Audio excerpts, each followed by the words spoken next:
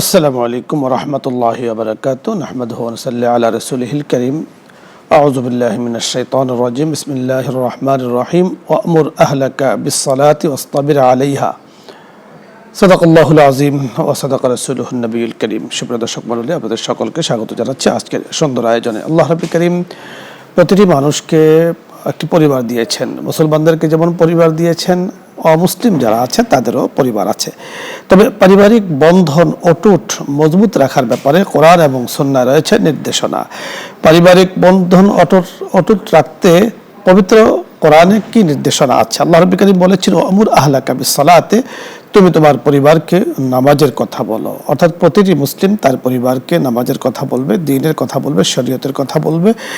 এর দ্বারা পরিবারের বন্ধন মজবুত রাখার, অটুট রাখার অনেক বড় মাধ্যম কিন্তু সেখান থেকে আমরা পেয়ে থাকি। তাই আজকে এই বিষয় নিয়ে আরও বিস্তারিত কথা বলবেন বিশিষ্ট ইসলামী চিন্তাবিদ, মিডিয়া আলোচক শেখ মুফতি শব্বির আহমদ খান আজহারি, শেখুল হাদিস, জামিয়া দারুল আরকাম, উত্তরা, ঢাকা।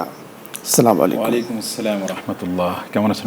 জি আলহামদুলিল্লাহ, আপনি কেমন আছেন? আলহামদুলিল্লাহ, ভালো আছি। আলহামদুলিল্লাহ। আজকে আপনার কাছে আমরা জানবো যে পারিবারিক বন্ধন অটুট রাখতে ইসলামের নির্দেশনা কি। আজকে আমরা যতটুকু সংবাদ পাচ্ছি সারা বিশ্বেই যে পরিবার টিকে থাকছে না, পরিবার নষ্ট হয়ে যাচ্ছে, ভঙ্গ হয়ে যাচ্ছে, পারিবারিক বন্ধন ছিন্ন হয়ে যাচ্ছে।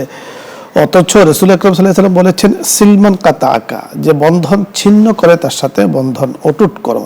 কিন্তু এই সামান্য কারণে, ছোটখাটো কারণে পারিবারিক বন্ধনটা নষ্ট হয়ে যাচ্ছে। আসলে একটি পরিবার যদি সুন্দর, সুশৃঙ্খল বা ডিসিপ্লিনের সাথে থাকে, তো সমাজও কিন্তু সেখান থেকে একটা ভালো কিছু উপহার পায়, রাষ্ট্র উপহার পায়। পারিবারিক বন্ধন যদি ছিন্ন বিচ্ছিন্ন হয়ে যায়, একটা পর্যায়ে কিন্তু হাহাকার তৈরি হয়ে যাবে সারা বিশ্বে। তো এই সম্পর্কে আপনার কাছে আমরা বিস্তারিত আলোচনা শুনবো। বিসমিল্লাহ, আলহামদুলিল্লাহ, ওয়াসসালাতু ওয়াসসালামু আলা রাসূলিল্লাহ, আম্মা বাদ। পারিবারিক বন্ধন ইসলামে খুবই গুরুত্বপূর্ণ এবং সামাজিকভাবেও খুবই গুরুত্বপূর্ণ। যেমনটি আপনি বলছিলেন যে আমরা মিডিয়াতে এবং আমাদের চারপাশে দেখতে পাচ্ছি এই পারিবারিক বন্ধন অটুট না থাকবার ফলে নানা হাহাকার পারিবারিক, এবং সেটা সামাজিক জীবনেও এসে তার বিরূপ প্রভাব ফেলছে। আমরা দেখি যে একজন মমতাময়ী মা, তিনি বাসায় পরে তিনি মৃত্যুবরণ করেন, কিন্তু তার পরিবার পরিজন সেই ক্ষেত্রে তার জানা নাই। এবং নানা ধরনের অপমৃত্যু, যেটা আমরা অনেক সময় মিডিয়াতে পাই, একেবারে কাছের মানুষ, ভাই বোন, তাদের মধ্যে পরস্পর নানা ধরনের অপরাধ ঘটে, এবং মা বাবা সন্তান, বাবা মাকে, মা বাবা সন্তানকে। তো এই ব্যাপারগুলো আমাদেরকে খুব ভাবিয়ে তুলছে। এই জন্য আমরা যদি আল কোরআনুল কারীম এবং রাসূল সাল্লাল্লাহু আলাইহি ওয়াসাল্লামের সুন্নাহর দিকে যদি আমরা তাকাই, তাহলে আমরা দেখতে পাই যে ইসলাম এই জিনিসগুলো, যাতে পারিবারিক এবং সামাজিক বন্ধন সুন্দর থাকে, এই জন্য আত্মীয়তার বন্ধন থেকেই কিন্তু আসলে একটা পরিবার, একটা সমাজের সূচনা হয়। এই জন্য ইসলাম আত্মীয়তার বন্ধনকে অটুট রাখবার জন্যে নানাভাবে গুরুত্ব দিয়েছে। আমরা আল কোরআনুল কারীমে দেখতে পাই আল্লাহ তাআলা বলছেন যে ওয়াত্তাকুল্লাহ আল্লাযী তাসাআলুনা বিহি ওয়াল আরহাম। এই আয়াতের মধ্যে আল্লাহ তাআলা বলছেন যে তোমরা আল্লাহকে ভয় করো, ওই আল্লাহকে যার মাধ্যমে তোমরা পরস্পরে প্রার্থনা করো, এবং ওয়াল আরহাম, এবং তোমরা ভয় করো আত্মীয়তার বন্ধনকে। এখানে গুরুত্বের ব্যাপারটা এখানেই যে আল্লাহকে ভয় করতে আদেশ দেবার পরপরই আল্লাহ রাব্বুল আলামিন আত্মীয়তার বন্ধনকে ভয় করতে বলেছেন। তাহলে বোঝা গেল আল্লাহর ভয়ের পরেই আত্মীয়তার বন্ধনের স্থান। সেটাকে আল্লাহর হুকুক, আল্লাহর যে সমস্ত আদেশ নিষেধ আমরা যেভাবে গুরুত্ব সহকারে পালন করি, সেই ক্ষেত্রে এবং আত্মীয়তার বন্ধনকেও আমরা মজবুতভাবে সুরক্ষা করা উচিত। এই ক্ষেত্রে একটি পারিবারিক বন্ধনের সূচনা হয় আসলে স্বামী এবং স্ত্রী, সন্তান, মা বাবা, তার পরবর্তীতে চাচা, ফুফু, মামা, খালা, এই দিক থেকে আত্মীয়তার বন্ধন। এই ক্ষেত্রে পরিবার, স্বামী স্ত্রীর আত্মীয়তার বন্ধনটা, তাদের পরস্পরের সম্পর্কটা কীরকম হবে একে পরস্পরে, এই ক্ষেত্রে আমরা কোরআনে কারিমের দিক নির্দেশনা পাচ্ছি। আল্লাহ তাআলা বলছেন যে ওমিন আয়াতিহি আন খালাকা লাকুম মিন আনফুসিকুম আজওয়াজাল লিতাসকুনু ইলাইহা ওয়া জাআলা বাইনাকুম মাওয়াদ্দাতান ওয়া রাহমাহ।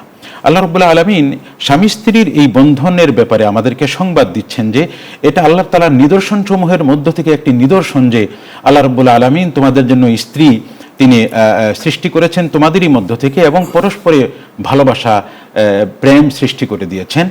সুতরাং এই ক্ষেত্রে স্বামী এবং স্ত্রীর পরস্পরের সম্পর্কটা এমন হবে, একে অপরের এমন সহযোগী হবে, তাদের পরস্পরের মহাব্বত ভালোবাসা যেন অটুট থাকে, একজন আরেকজনের কাছে তার উপস্থিতির মাধ্যমে যেন প্রশান্তি পায়। এবং আল্লাহ রাব্বুল আলামিন কোরআনে কারিমে পুরুষদেরকে আদেশ দিচ্ছেন, ওয়া আশিরুহুন্না বিল মারুফ, তোমরা এই স্ত্রীদের সাথে খুব সদাচার করো, সুন্দর আচরণ করো। রাসূল সাল্লাল্লাহু আলাইহি ওয়াসাল্লামের হাদিসেও এরকম আদেশ দিয়েছেন। তারপরে সন্তানদের প্রতি মা বাবা কীরকম কি কি করণীয় এবং সন্তান মা বাবার প্রতি কি কি করণীয়, এই দিকটা যদি আমরা তাকাই, তাহলে আল্লাহ রাব্বুল আলামিন আল্লাহর ইবাদতের আদেশের পরপরই সন্তানকে বলছেন, ওয়াবুদুল্লাহ ওয়ালা তুশরিকু বিহি শাইআন ওয়া বিল ওয়ালিদাইনি ইহসানা, তোমরা আল্লাহর ইবাদত করো, আল্লাহর ইবাদতের সাথে কোনো কিছুকে শরীক করিও না, এবং পিতামাতার প্রতি সদাচার করো। তাহলে আল্লাহর ইবাদত করা, আল্লাহর সাথে শরীক না করা, এত গুরুত্বপূর্ণ দুটি বিষয়ের পাশাপাশি আল্লাহ রাব্বুল আলামিন পিতামাতার প্রতি সদাচারের আদেশ দিয়েছেন। তাহলে বোঝা গেল যে একজন সন্তান তার পিতামাতার প্রতি সদাচারী হতে হবে, তাদের সুবিধা অসুবিধা ব্যাপারগুলো দেখতে হবে, তাদের বার্ধক্য বয়সে তাদের দেখাশোনা, তাদের আরাম আয়েশের ব্যবস্থা করতে হবে, চিকিৎসার ব্যবস্থা করতে হবে, এবং কোনো ধরনের যেন অবহেলা না হয় সেটার সম্পূর্ণ ব্যবস্থা করতে হবে। আল্লাহ তাআলা অন্য একটা আয়াতে বলছেন, ওয়ালা তাকুল্লাহুমা উফফিন ওয়ালা তানহারহুমা, মা বাবাকে এমন কটু কথা বলিও না যে কটু কথা বলবার পরে কারণে তারা কষ্ট পেয়ে আক্ষেপের উফ শব্দটিও বলে, এবং তাদেরকে ধমক দিও না। এইভাবে যদি বাবা মা তাদের দায়িত্ব পালন করে, সন্তান বাবা মায়ের প্রতি, আপনি বড় চমৎকার বলছিলেন, আমাদের সকলের দায়িত্ব পালন করলে পারিবারিক বন্ধন অটুট থাকে। দর্শক মণ্ডলী, পারিবারিক বন্ধন অটুট থাকে অনেকগুলো পদক্ষেপের মাধ্যমে, যে কথাটি আমাদের মোহতারাম শাব্বির আহমদ খান বলছিলেন। আমরা এর উপকারিতা যদি জানতে চাই, এক নম্বর হলো পারিবারিক বন্ধন অটুট থাকার মাধ্যমে, ইসলামিক পরিবেশের মাধ্যমে জান্নাত লাভ সহজ হয়। 2 নম্বর হলো পারিবারিক বন্ধন অটুট থাকার মাধ্যমে পরিবারে শান্তি প্রশান্তি নাজিল হয়। 3 নম্বর, পারিবারিক বন্ধন মজবুত থাকার কারণে পরিবারে রিজিক এবং বারাকা বৃদ্ধি পায়। আল্লাহ রাব্বুল কারীম আমাদেরকে এই উপকারগুলো, ফায়দাগুলো অর্জন করার তৌফিক দান করেন। দর্শক মণ্ডলী, আলোচ্য বিষয় নিয়ে অথবা ইসলামের কোনো মাসলা মাসাইল জানার প্রয়োজন হয়, আপনি প্রশ্ন করুন। প্রথমে যিনি আছেন, আসসালামু আলাইকুম ওয়া রাহমাতুল্লাহ, দর্শক নাম বলে পরিচয় দিয়ে প্রশ্ন করুন। আসসালামু আলাইকুম। আসসালামু আলাইকুম। ওয়া আলাইকুম আসসালাম। টিভির ভলিউম কমিয়ে প্রশ্ন করুন। হ্যালো, আপনি প্রশ্ন বলুন। হ্যালো, হ্যালো, টিভির ভলিউম বাড়িয়ে রেখেছেন, কমিয়ে প্রশ্ন বলুন। আসসালামু আলাইকুম। ওয়া আলাইকুম আসসালাম। হ্যাঁ, আমি আপনাকে শুনতে পাচ্ছি, আপনারা শুনতে পাচ্ছেন আমার? জি, শুনতে পাচ্ছি, আপনি কথা বলুন, প্রশ্ন করুন। আমার প্রশ্ন হলো যে ইসলামের বিষয় নিয়ে, বুঝছেন যে এই আপনারা কিছু মানুষ দুরূদ পড়ে না, আর কিছু দুরূদ পড়ে, এই দুরূদ পড়া বিধান কি? মানে পড়া যাবে কি পড়া যাবে না? ধন্যবাদ আপনাকে। ইসলামের বিষয় নিয়ে আমরা কথা বলি, আমরা ইসলামের বাইরে সাধারণত কথা বলি না। আপনাকে ধন্যবাদ। পরে দর্শক, আসসালামু আলাইকুম। দর্শক শুনতে পেয়েছেন, প্রশ্ন বলুন। আসসালামু আলাইকুম হুজুর। ওয়ালাইকুম আসসালাম। হুজুর, আপনার প্রশ্ন বলুন। 2025 সালের জানুয়ারিতে ইজতেমার ময়দানে যে 2 গ্রুপের মধ্যে যে মারামারি সংঘটিত হয়েছিল, এর মধ্যে কয়েকজন মানুষ খুন হয়েছিল, সে কারণে কোন এক গ্রুপ কি অন্য গ্রুপকে আল্লাহ তাআলার কাছে সরাসরি ধ্বংস করে দেওয়ার জন্য দোয়া করা যায় কিনা? এটা ধন্যবাদ। জি, আমরা বুঝতে পেরেছি, আপনি শুনতে থাকুন। পরের দর্শক, জি, আসসালামু আলাইকুম ওয়া রাহমাতুল্লাহ।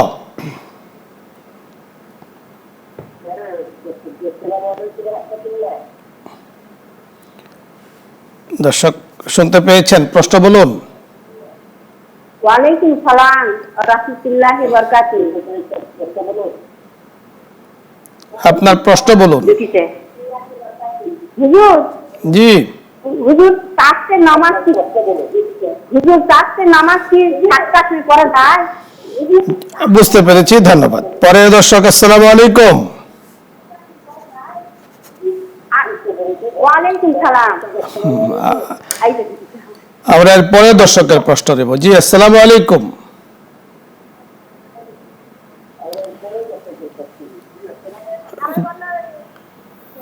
ধন্যবাদ।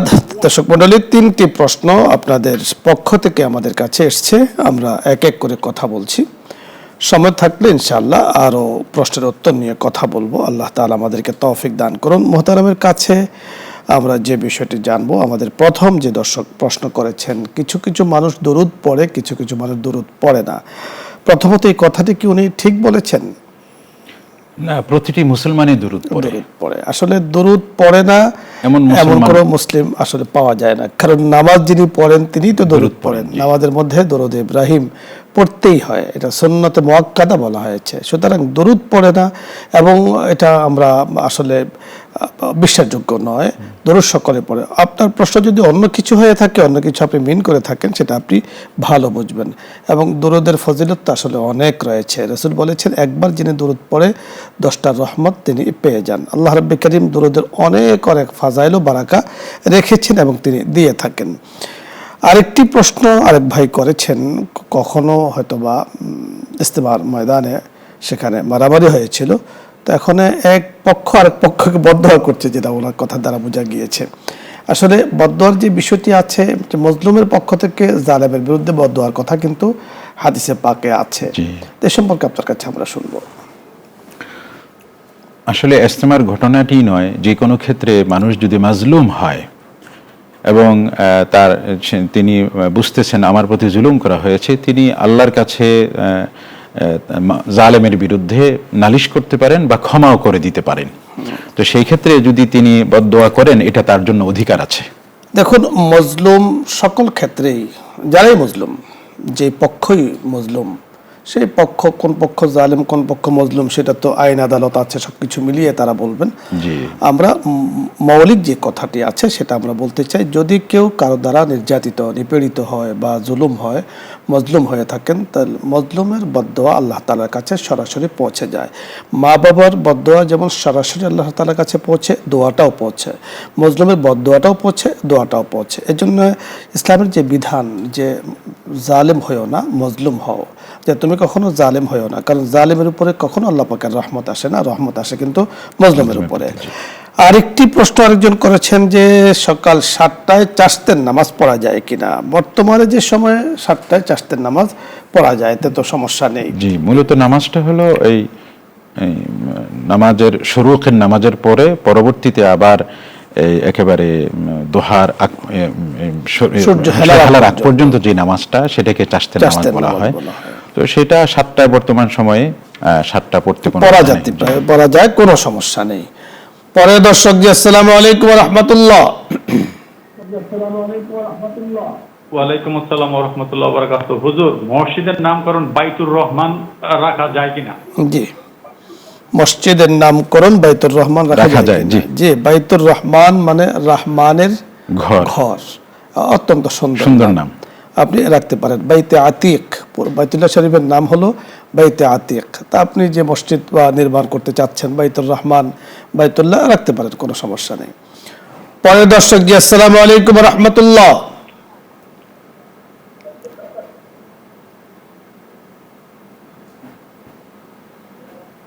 আসসালামু আলাইকুম হুজুর। ওয়া আলাইকুম আসসালাম ওয়া রাহমাতুল্লাহ। আমি শাকিব। আচ্ছা, আমার তো কেউ নাই এখন, আমি একটু আর একবার করতে যাবো, তাই কিভাবে যাবো তাই কম। ধন্যবাদ। আপনি গতকালকে ওই বিষয় জানতে চেয়েছেন, আমরা কিন্তু আপনাকে পরামর্শ দিয়েছি যে আপনার কেউ নেই, আসলে তো সফরের জন্য অবশ্যই মানে মাহরাম প্রয়োজন। মাহরাম ছাড়া আমাদের মা বোন যারা আছেন ওনাদের জন্য আসলে সফরটা উপযোগী নয়। তো আপনার কেউ না কেউ মাহরাম তো আপনাকে জোগাড় করতে হবে সফরের জন্য, এবং ভিসার ক্ষেত্রে মনে হয় এই ধরনের কিছু নিয়ম কারণ আছে। আর আপনি যেখানে বসবাস করছেন, গতকালকে আমরা বলছি, যারা উমরা হজের কাজ করেন, ট্রাভেলসের কাজ করেন, ভিসার কাজ করেন, প্রসেসিংয়ের কাজ করেন, তাদের সাথে যোগাযোগ করতে হবে। আমরা যারা আছি, আমরা মাসলা মাসাইল নিয়ে আলোচনা করি, আমরা শিক্ষকতা করি, আমাদের সাথে আসলে ওইগুলোর কোনো সম্পর্ক নেই। তা আপনি পরামর্শ চেয়েছেন, আমরা পরামর্শ দিতে পারি আপনাকে। জি, ধন্যবাদ। পরের দর্শক জি, আসসালামু আলাইকুম ওয়া রাহমাতুল্লাহ।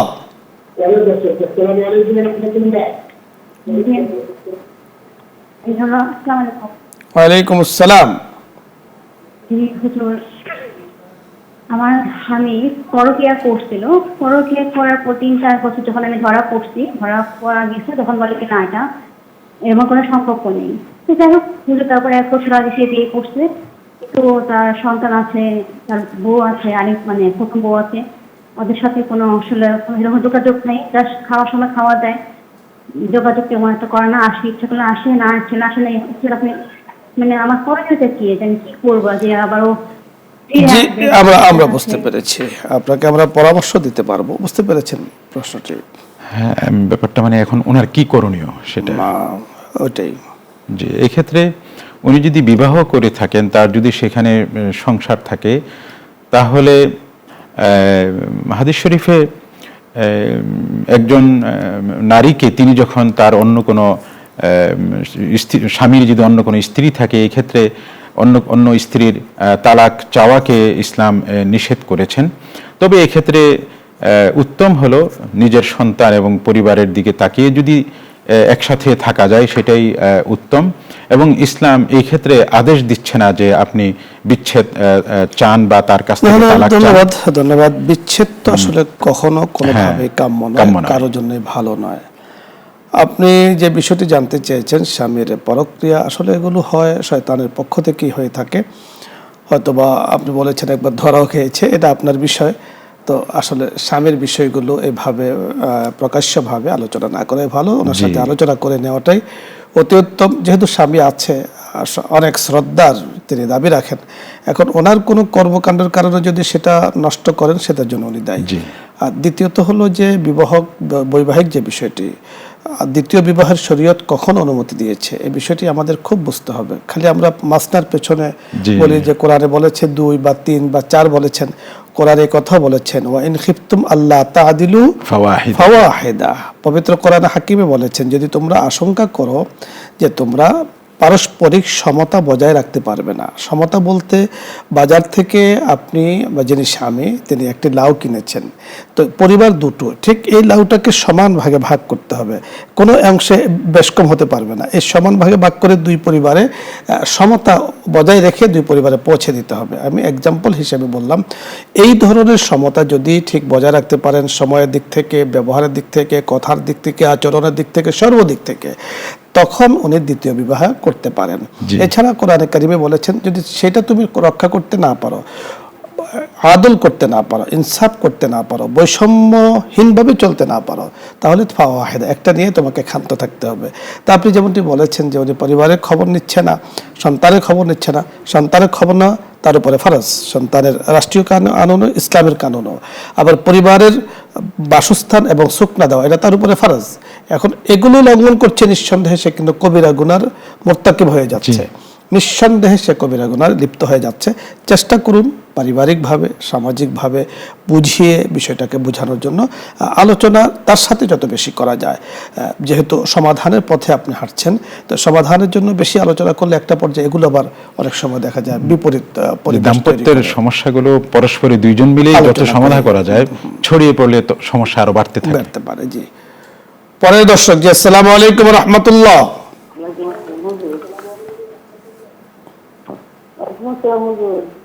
জি বলুন। আমি থেকে নামাজটা 5:30 পড়ি, মেলা করেন ধরেই পড়ি, আমার নামাজ থেকে হয়নি। জি 5:30 বর্তমানে যে সময় আছে, মেলা কয়েকদিন ধরে আপনি পড়েন, 5টা 8 বা 10 এখন সূর্য ওঠে, সেই হিসাবে 5:30 বা তারপরে পড়েন, এতে কোনো সমস্যা আমরা অন্তত দেখছি না। পরের দর্শক, জি আসসালামু আলাইকুম ওয়া রাহমাতুল্লাহ।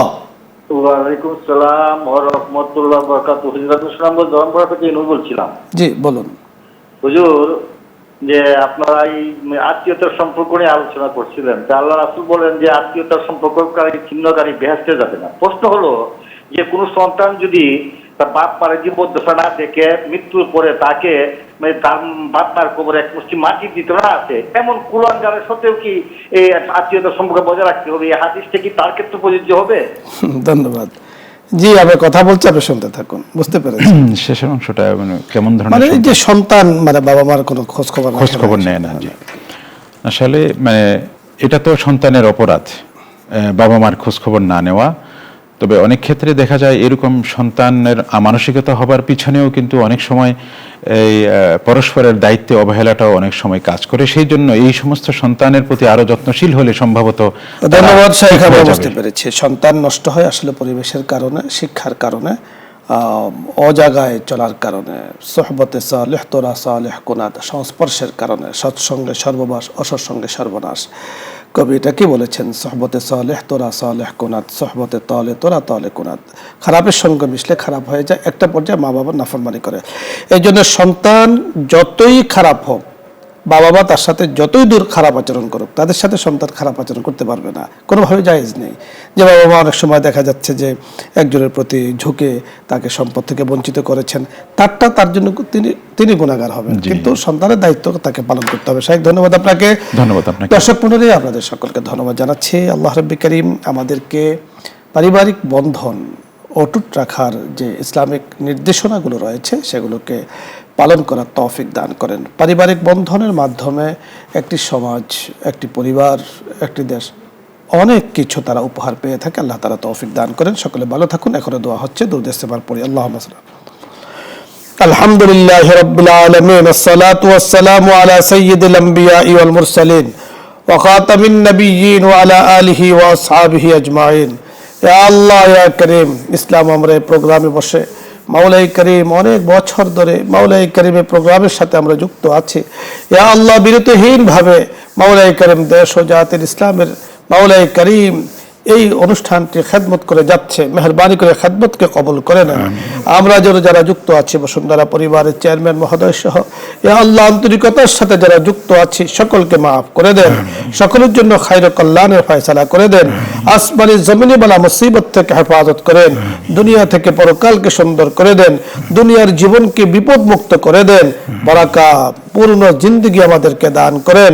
ইয়া আল্লাহ, হায়াতের মধ্যে, জীবনের মধ্যে, সুস্থতার মধ্যে বারাকা দান করেন। আপনার হাবিব রসুলে আমাদের দোয়াকে কবুল মঞ্জুর করে নেন।